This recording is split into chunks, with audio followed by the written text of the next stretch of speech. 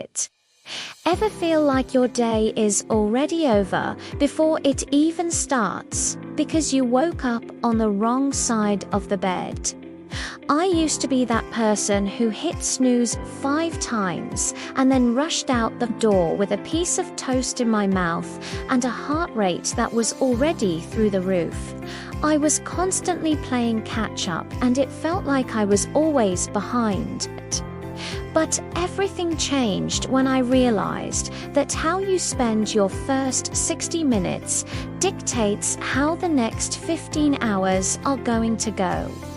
Today, I am sharing the exact morning routine that has completely transformed my productivity and, honestly, my happiness. This isn't about being a perfect human or waking up at 4 in the morning just to say you did it. This is about creating a system that guarantees a great day no matter what life throws at you. The very first rule is the most important one, and that is the no phone zone. We all do it, but scrolling through social media or checking emails the second you open your eyes puts your brain in a reactive state. You are essentially letting the entire world scream at you before you have even had a chance to breathe. You are letting the world's problems and other people's highlight reels dictate your mood. Instead of reaching for your phone, reach for a large glass of water. Your body has been dehydrating for 8 hours, and that brain fog you feel is usually just thirst. Once you get that watered-down step outside or stand by a window, getting natural light into your eyes in the first 30 minutes tells your internal clock that it is time to be awake, and it helps you sleep better tonight. It is a biological cheat code that costs absolutely nothing but changes everything about your energy levels. Next, we need to move the body. You do not have to do an intense hour-long workout unless that is your thing. For me, it is just 10 minutes of stretching or a quick walk around the block. The goal here is blood flow and oxygen.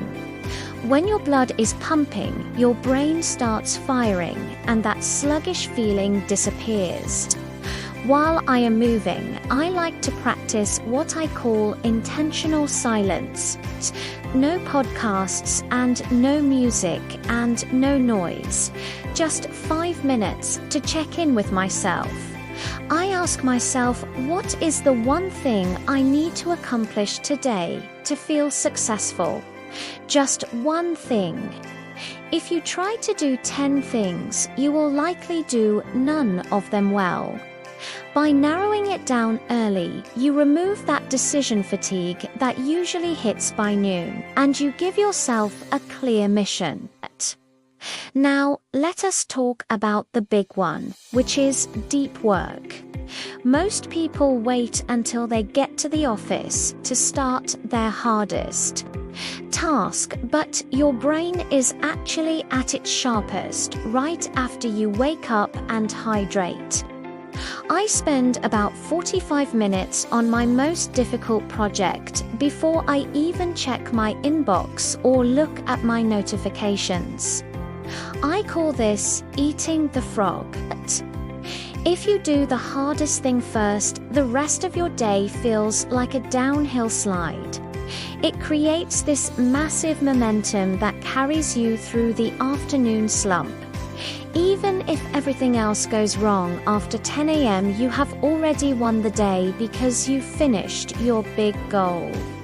This habit alone has doubled my output because I am using my peak energy for my peak priorities. Of course, we cannot forget fuel. I used to crash every afternoon because I was eating a massive sugary breakfast or just drinking coffee on an empty stomach. Now I stick to high protein and healthy fats.